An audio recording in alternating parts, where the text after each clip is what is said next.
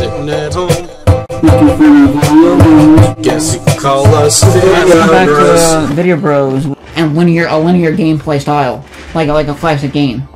No other game did that. No other game in the series after that did that because they went all different directions. Meaning, you had a crossover game between Crash and Spyro. You had a crossover game with Spyro and Crash.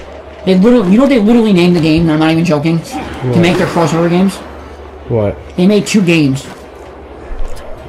Crash Purple, The Rage of Ripto. And Ripto was a character from Spyro.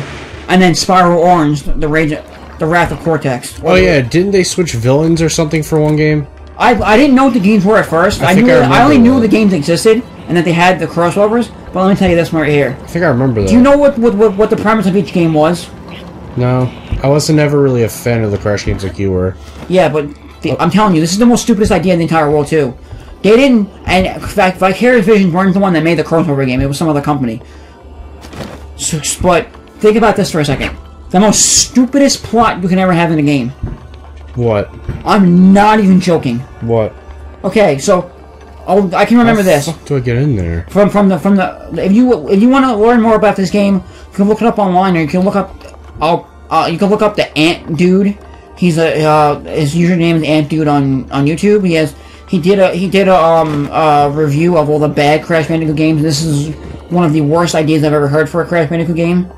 Where, put it this way, Crash and Spyro are in 2 different games, right?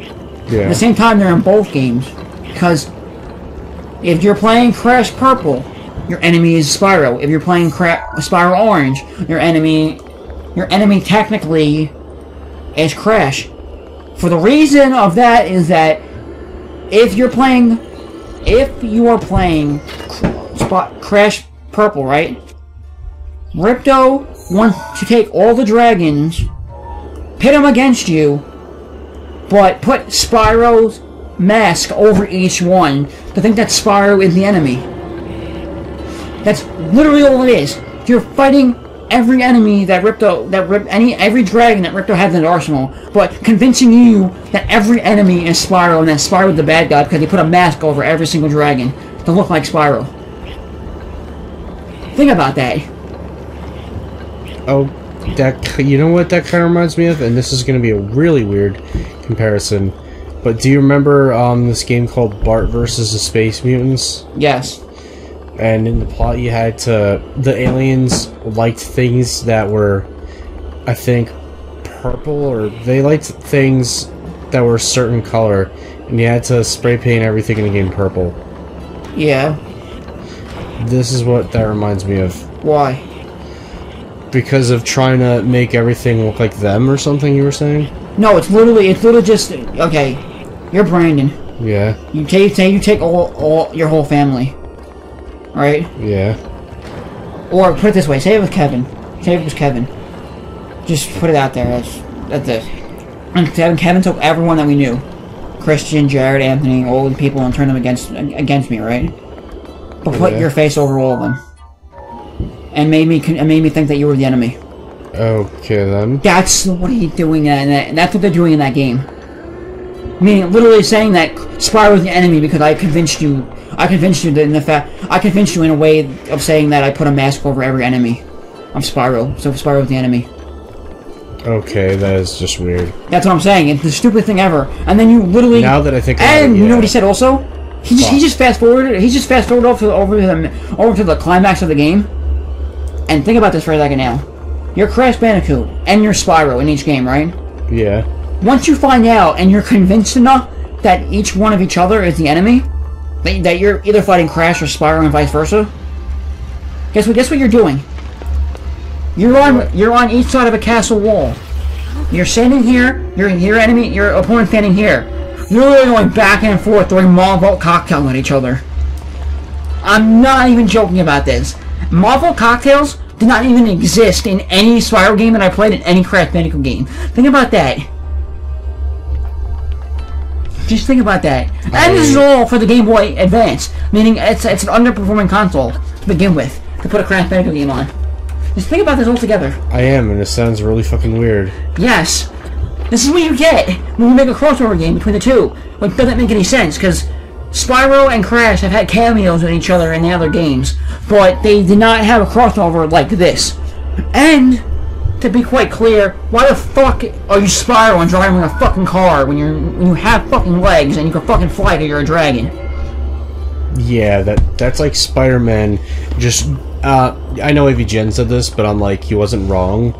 That's like freaking Spider-Man just going around swinging on his webs, and then he decides to just drop down and walk.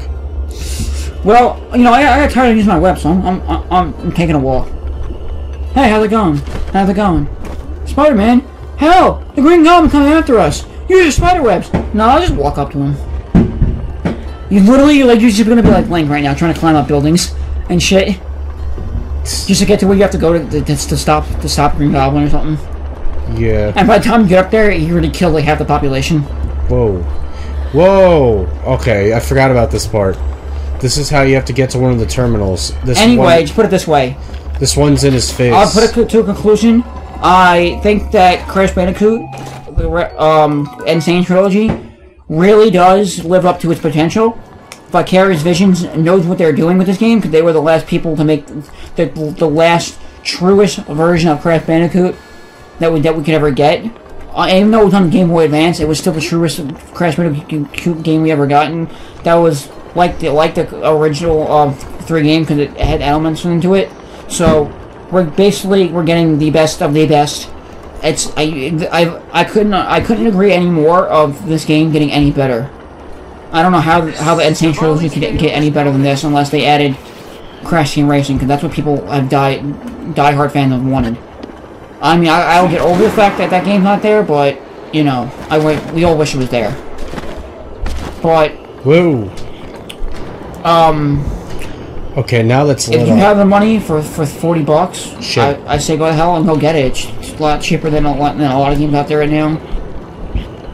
And, you know, you get 3 games out of it, and you get 3 great games. I mean, it's simple platforming, but hard as hell if you're playing certain levels. And it's a challenge, so you want a challenge, and you want time trials, and you want brand new challenges because you have trophies now in the game, so you can actually get trophies in the game that are linked up to the system, wide trophy system. Then there you go. Okay. I highly recommend it. I give that game a 9 out of 10 for all the little inconsistencies, but I'm not gonna hate it. It's one of the best remasters I've ever played, next to Wind Waker HD. Wind Waker HD is a remaster that did need to happen. Not necessarily, because you. Well, yeah, because there was a literally. Listen, the game came out in 2004. Yeah, but there was a bunch of really annoying changes with that game that, like... I know, I understand that too, but what I'm saying is, though, Crash Bandicoot was... I feel between Wind Waker and Crash Bandicoot, Wind Waker didn't do enough to justify that it definitely needed to be there. Crash Bandicoot was over 20 years old, and it was... And the whole franchise itself was being neglected in such a way that people needed this to happen. That's what I was trying to get to happen. I'm not saying that Wind Waker HD isn't great, but it wasn't one of the things that absolutely needed to be there. Crash Bandicoot Insane Trilogy was one of the very few remasters ever that show that 20 years of technology can get you pretty damn far and do a great ass fucking job of it. And also, you know what that shows? Oh, fourth. You know what that shows? What? It shows that, guess what? You have 3 sets of games that not many people can get anymore, or they can find it somewhere, but it's going to cost you money, or you can get 3 sets of games in a new style, but you're preserving game history right there. That's true. One of the very few of Sony's mascots to ever get a remastered game. You got Crash Bandicoot, and you have Parappa the Rapper. That's the only two franchises of Sony mascots that got remastered so far. And apparently, Parappa the Rapper creator is also working on a new game. Really? Yeah, I don't know what it is, but it's in the same style as Parappa the Rapper. I can tell you that much. Parappa the Rapper kind of reminds me of Paper Mario a little bit. A little bit, but it's just like, it's weird though. It's a music game. It's really what it is. I know. It's weird. He's weird playing as him in PlayStation Ultimate Battle Royale. I can imagine. Because that game didn't do well because of the vast... It really was the vast roster of characters. And, like, you know how Smash Brothers, where, like, every character has their own moveset? but at the same time, if you think about it, if you go deep down to it, each character has a familiar moveset at the same time. Like each character, like all together, they all have familiar movesets. Yeah. PlayStation Battle Royale doesn't feel like that. It's literally they all have different play styles. Like literally, they're all scattered out. You know, meaning you can't pick up like, for instance, like, you can't pick up Parappa the Rapper and say I want to go play as fucking Kratos right now and say you're gonna do good. Or you pick up Kratos and say I want to play as fucking Sackboy from Little Big Planet. Or I want to pick up Sackboy and play fucking I want to play as Fat Princess. Or I want to pick up Fat Princess and say I want to go play as fucking what's that guy's name from Killzone?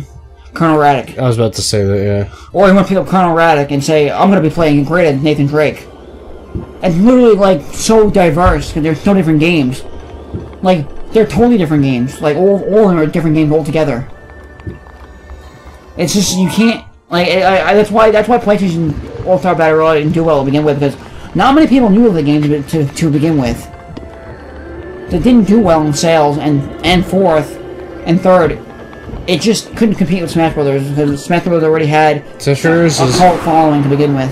Smash Brothers already had far in the running to begin with, and also they had more years of experience knowing what they were doing.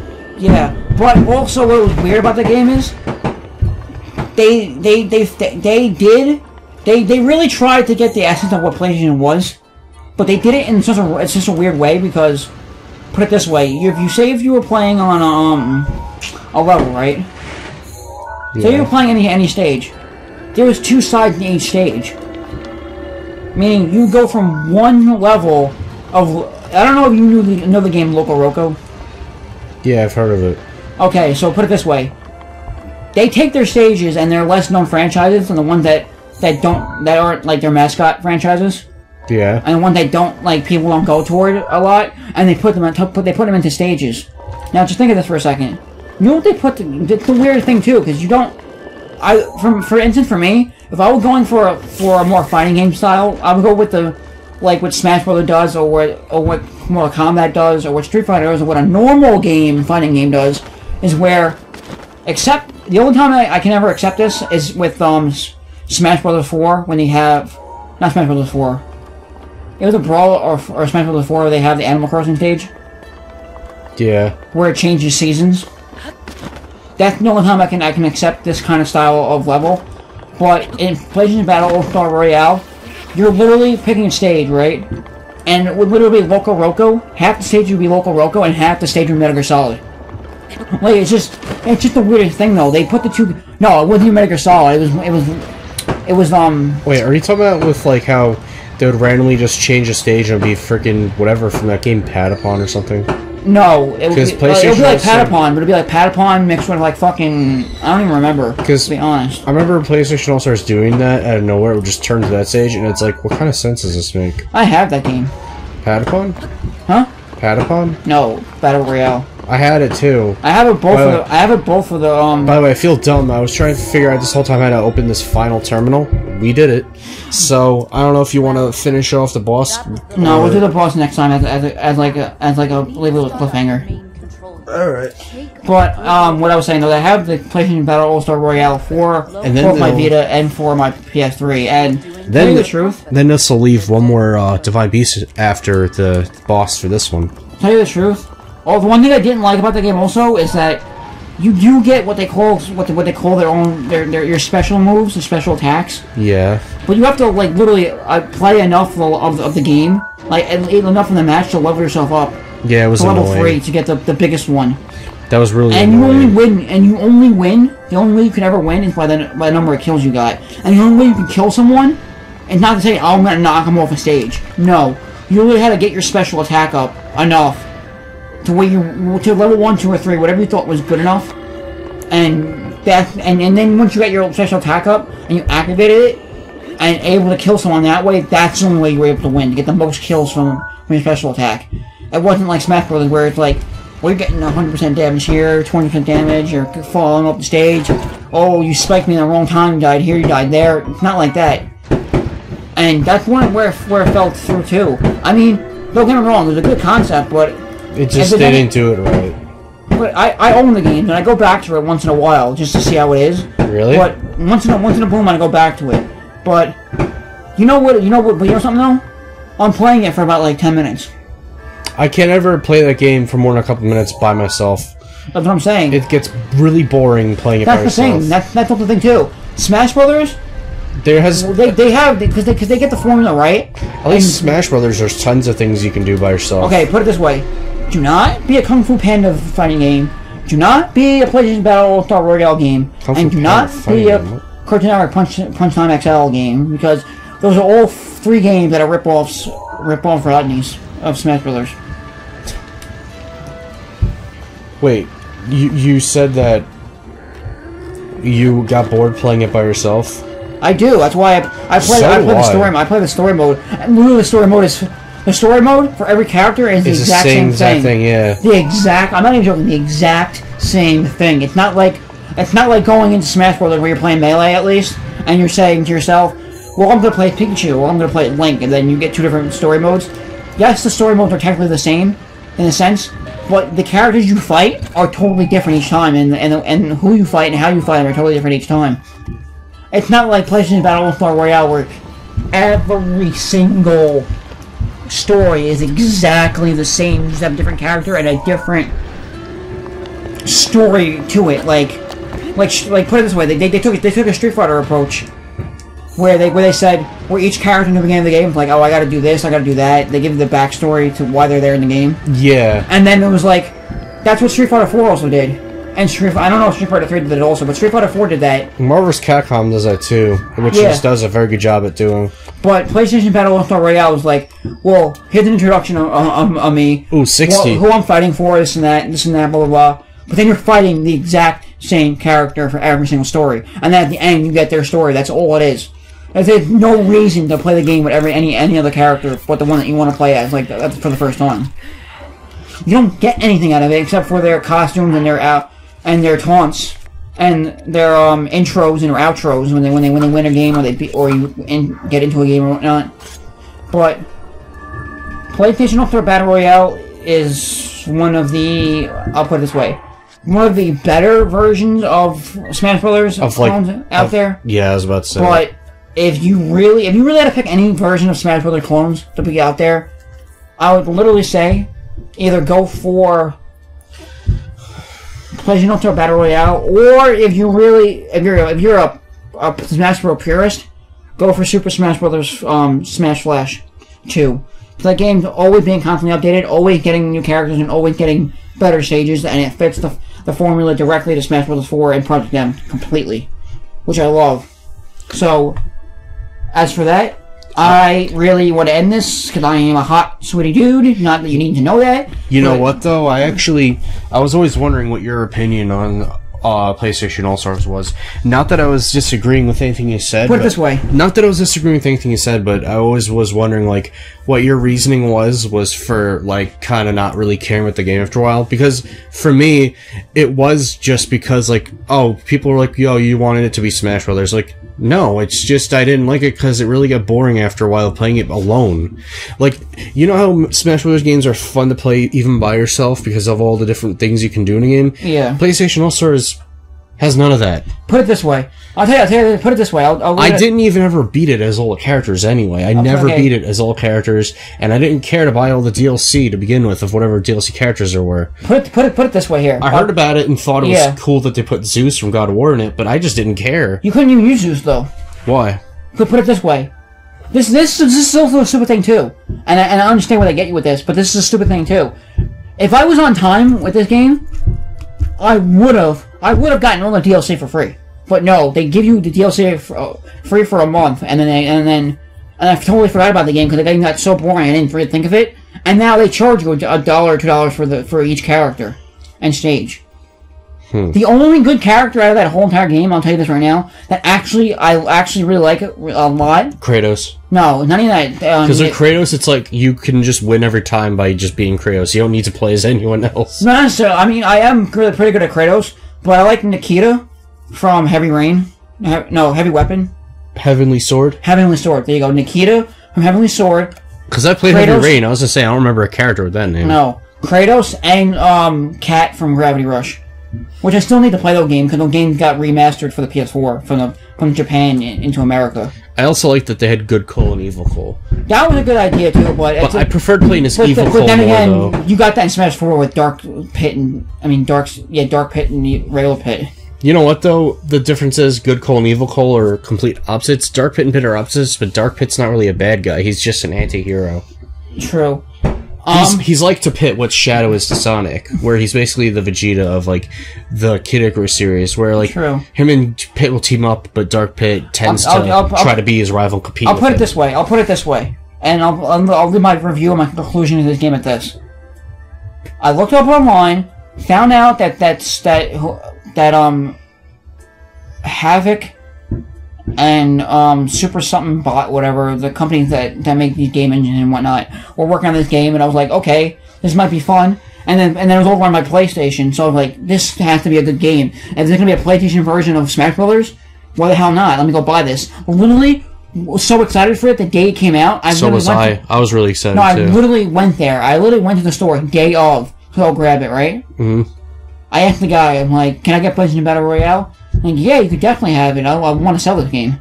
And what do you mean? Not many people picked it up. I'm like, there's your answer right there. You would think more people would be excited for it. No, not. You know what it took me. Apparently that game was in development for 7 months before I even found out about that game's existence. Like, I found it off on a forum, on some random forum, like doing a lot of game research and whatnot. I found out on a random forum that game was being developed, not even on Sony's part or Kotaku or anything like that. Like, no one really knew about this game's existence. So they weren't really even confident in their own game. Like, I didn't know about this. Like. Superbot Entertainment, that's what it was called. What? Superbot Entertainment. Oh, I think I've heard of it. And Havoc, the people that made the... Havoc, I know who they are.